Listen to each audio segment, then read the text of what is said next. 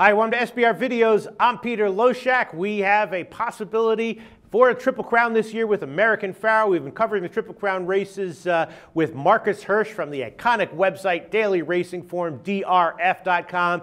Right now, the Belmont is still a week away, but we're going to get Marcus Hersh's early thoughts on whether or not we are likely to see a Triple Crown winner finally. Marcus Hersh from Daily Racing Form, drf.com. Thanks for being back with us. My pleasure. All right, Marcus Hersh, you know, it's an interesting year. Usually there's like one hyped horse that everyone's talking about and everyone's discussing Triple Crown before the Kentucky Derby, and then that horse tends to disappoint. This year, though, everyone's talking about how deep the field was, how many different, horses could win the Derby and then possibly go on to win other races in the Triple Crown. But American Pharoah, I don't know, man, he's really proved himself, and I'm thinking that this might be quietly a year where we finally see a Triple Crown winner. I mean, I guess the biggest factor you first have to look at is the distance, right? Can American Pharoah handle the distance better than the other horses? What's your basic take on that? Well, I don't think he's especially suited to the mile-and-a-half distance of the Belmont, which is a very long race by modern thoroughbred standards, at least in this country. This will be probably the only time almost all of these horses ever run this far. That's not to say that he can't win, because any horse can win over any distance if they're in the right race, against the right competition. But is he made for a race like this? Is this the kind of distance at which you can thrive? I mean, on his pedigree, looking at his ancestors and just seeing the way that he runs, one would think not.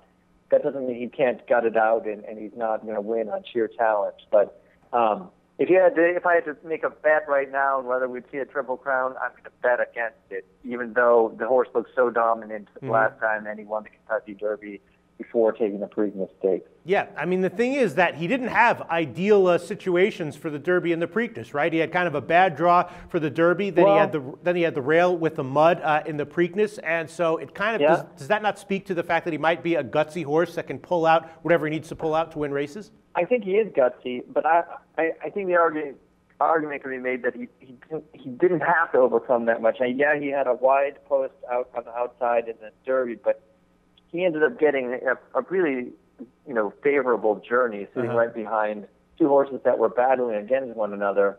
And then in the Preakness, he was really the only one of the good horses in the race who was able to handle the incredibly sloppy going and the crazy conditions that prevailed, which all credit to him. He did it, but when he made the lead, and the other horses couldn't go with him, look who finished second in that race, the horse named Tale of Verve, who was 28-1 only because you've got a crowd of 100,000 people, many of whom are betting blindly. If you're talking about like a hardcore bunch of horse gamblers, that horse is twice that price because he looked impossible. I'm not saying he didn't improve. Tale of Verve did improve, but the fact that he finished second in the race meant that nobody else ran. Which, again, American Pharoah was the best horse today. He's been the best horse so far this year among the 3-year-olds. And there's no harm in acknowledging that and then at the same time saying, well, it doesn't necessarily mean that he's going to win the Belmont Stakes. We just have to go back one measly year to see a similar circumstance. California Chrome was much the best in the Derby. He dominated the Preakness, and he was unable to win the Belmont.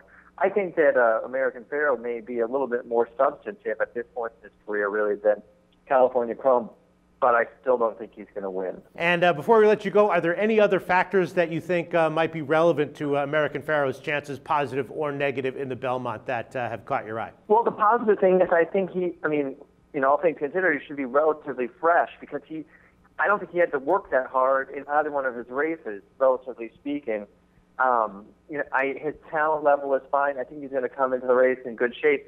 But the negatives are he's going to be running into two horses. I think the horses that ran two of the better races in the Kentucky Derby, Materiality and Frosted, those horses are fresh. They're at their home track. They've been sitting and waiting.